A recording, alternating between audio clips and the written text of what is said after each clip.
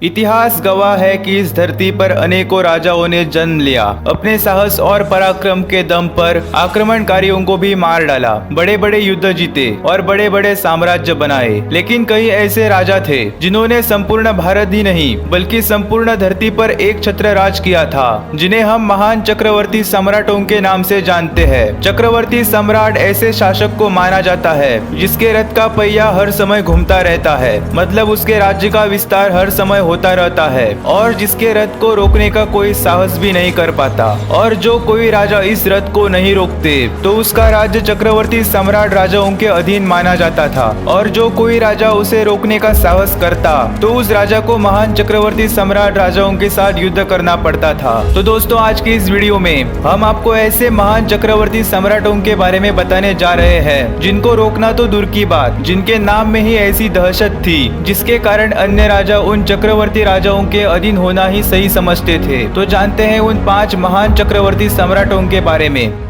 Number 1, सम्राट चंद्रगुप्त मौर्य। सम्राट चंद्रगुप्त मौर्य महान राजा थे। उन्हें चंद्रगुप्त महान भी कहा जाता है। चंद्रगुप्त मुरा नाम की भील महिला के पुत्र थे। यह महिला धनानंद के राज्य में नर्तकी थी, जिसे राजाज्ञा से राज्य छोड़कर जाने का आदेश दिया गया था, और वह महिला जंगलों में रहकर जैसे तैसे अपने दिन गुजार रही थी। इसके बावजूद भी चाणक्य और पोरस की सहायता से चंद्रगुप्त मौर्य ने धनानंद को परास्त करके मगध के सिंहासन पर अपना अधिकार कर लिया था। उन्होंने सिकंदर के सेनापति सेल्कस को 2 बार बंधक बनाकर छोड़ दिया था। इसके बाद उन्होंने सेल्कस की पुत्री हेलेना से विवाह किया था। चंद्रगुप्त की एक भारतीय पत्नी भी थी जिसका नाम दूरधरा था, जिससे बिंदुसारा का जन्म हुआ था। इसके बाद चंद्रगुप्त ने अपने पुत्र बिंदुसारा को राजगद्दी सौंप दी थी। बिंदुसारा के समय में चाणक्य प्रधानमंत्री थे। चंद्रगुप्त मौर्य का शासन प्रबंध बड़ा व्यवस्थित था। इसका परिचय यूनानी राजदूत मेगास्थनी के विवरण और कौटिल्य के अर्थशास्त्र में मिलता है। उनके राज्य में जनता हर तरह से सुखी थी। चंद्रगुप्त मौर्य के काल में भारत एक शक्तिशाली राष्ट्र माना जाता था। नंबर 2, सम्राट अशोका।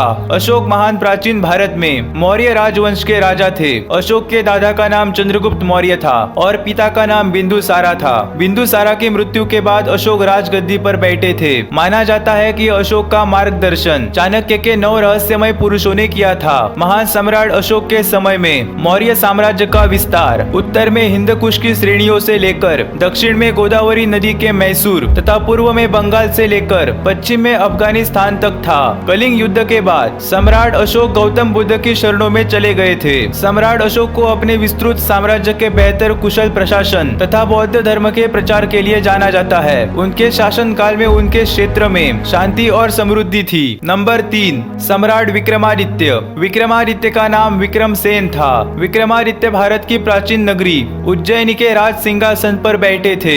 विक्रमादित्य अपने ज्ञान, वीरता और उदारता के लिए प्रसिद्ध थे, जिनके दरबार में 9 रत्न रहते थे और इनमें कालिदास भी थे। कहा जाता है कि विक्रमादित्य बड़े पराक्रमी राजा थे और उन्होंने शकों को परास्त किया था। ऐसा भी कहा जाता है कि अशोक और विक्रमादित्य के शासन से प्रेरित होकर सम्राट अकबर ने अपने पास 9 रत्न रखे थे। उज्जैन के विक्रमादित्य के समय में ही विक्रम संवत चलाया गया था। उज्जैन के सम्राट विक्रमादित्य का राज्य भारतीय उपद्वीपों के अलावा ईरान, इराक और अरब में भी था। नंबर 4, चंद्रगुप्त द्वितीय।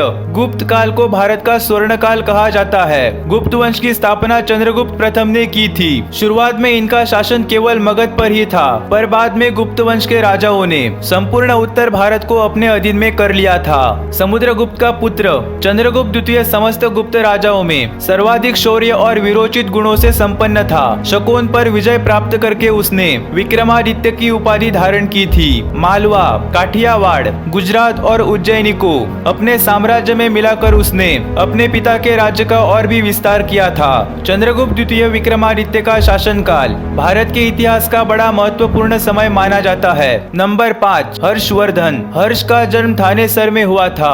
हर्षवर्धन ने पंजाब को छोड़कर समस्त उत्तरी भारत पर राज किया था। उनके पिता का नाम प्रभाकर वर्धन था। प्रभाकर वर्धन की मृत्यु के बाद राज्य हर्षवर्धन राजा हुआ, पर मालवा नरेश देवगुप्त और गौड़ नरेश शशांकी दुर्भी संधिवश मारा गया। इसके बाद हर्षवर्धन राजगद्दी पर बैठे। हर्षवर्धन ने लगभग 41 वर्ष तक शासन किया था। इन वर्षों में हर्ष ने अपने साम्राज्य का विस्तार जालंधर, पंजाब, कश्मीर, नेपाल एवं बल्लभीपुर तक कर लिया था। इसने आर्यव्रत को भी अपने अधीन कर लिया था। कहा जाता है कि इनके शासन काल में प्रजा में सुख और समृद्धि थी। तो दोस्तों, ये थे भारतीय इतिहास के 5 महान चक्रवर्ती सम्राट। आशा करता हूँ कि आपको यह वीडियो अच्छी लगी होगी, और अगर आप इस वीडियो का पार्ट 2 देखना चाहते हैं तो हमें कमेंट करके जरूर बताइए। और यह वीडियो आपको अच्छी लगी और जाते जाते चैनल को सब्सक्राइब भी जरूर कीजिए। मिलते हैं नेक्स्ट वीडियो में।